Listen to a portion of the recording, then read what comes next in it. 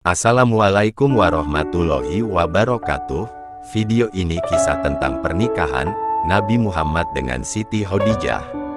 Mudah-mudahan kita memperoleh inspirasi kehidupan atas peristiwa yang berasal dari sosok paling mulia di dunia ini. Nabi Muhammad sudah melewati usia yang ke-20. Nabi Muhammad sering diajak kerabatnya melakukan perjalanan keluar kota. Nabi Muhammad sering diminta untuk membawa dagangan orang-orang yang tidak mampu berdagang sendiri. Nabi Muhammad sukses dalam berdagang dan dapat penawaran yang serupa.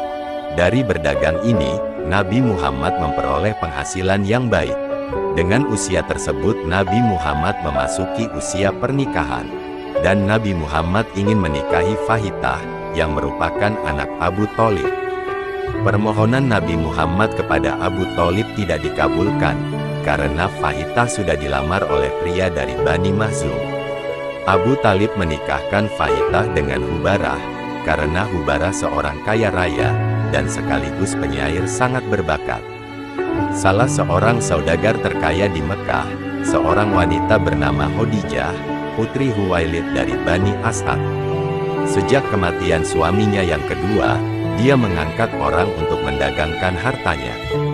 Nabi Muhammad sangat terkenal di seluruh penjuru Mekah sebagai Al-Amin.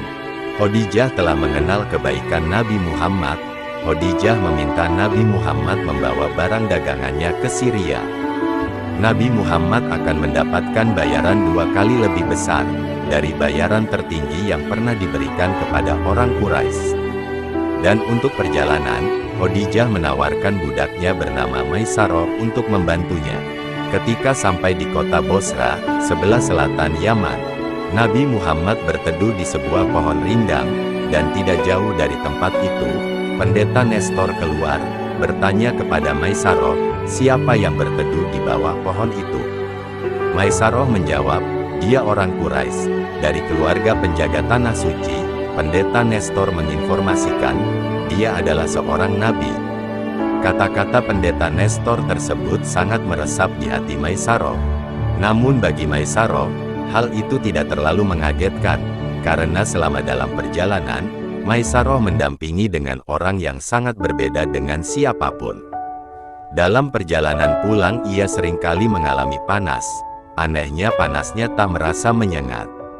Satu hari menjelang siang, tampak suatu pemandangan singkat, ada 2 malaikat yang melindungi Nabi Muhammad dari sengatan panas matahari. Setibanya di Mekah, mereka menuju rumah Khadijah.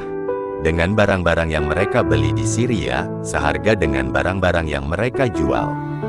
Khadijah duduk, mendengarkan penjelasan transaksi oleh Nabi Muhammad. Namun jauh dari lubuk hati Khadijah, seluruh perhatiannya sesungguhnya terpusat pada si pembicara sendiri, Nabi Muhammad. Ketika itu Nabi Muhammad berusia 25 tahun. Nabi Muhammad memiliki postur tubuh sedang, bentuk kepala besar, punggung yang lebar, dan anggota tubuh lainnya proporsional. Rambut dan janggutnya lebat dan hitam. Rambut tidak lurus dan terlalu ikal, panjang rambutnya mencapai pertengahan antara daun telinga dan punggungnya. Panjang janggutnya sesuai, dan ia memiliki dahi yang lebar. Matanya berbentuk oval lebar, alis matanya lebat, dan hidungnya mancung. Mulutnya lebar berbentuk bagus, janggutnya dibiarkan tumbuh. Ia tidak membiarkan kumisnya tumbuh lebat di atas bibirnya, dan ketampanannya sangat luar biasa. Kulitnya putih, tapi kecoklatan karena sinar matahari. Matanya sangat jernih, dan yang menambah ketampanan alamiahnya adalah cahaya yang memancar dari wajahnya. Khadijah sangat sadar bahwa dirinya masih cantik, meskipun lebih tua, 15 tahun dari Nabi Muhammad. Begitu Nabi Muhammad pergi, Khadijah berkonsultasi dengan Nufaisah.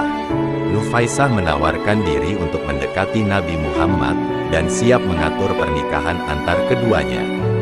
Khadijah kemudian mendatangi sepupunya, Waraqah, seorang ahli kitab, dan menceritakan perjalanan Nabi Muhammad ke Syria kepada Waraqah. Jika ini benar, apa yang diceritakan Khadijah, maka Muhammad adalah nabi dari kaum kita. Dan telah lama aku tahu bahwa seorang nabi akan diutus, dan saatnya kini telah tiba. Nufaisah teman Khadijah mendatangi Nabi Muhammad, dan menanyakan mengapa ia belum menikah.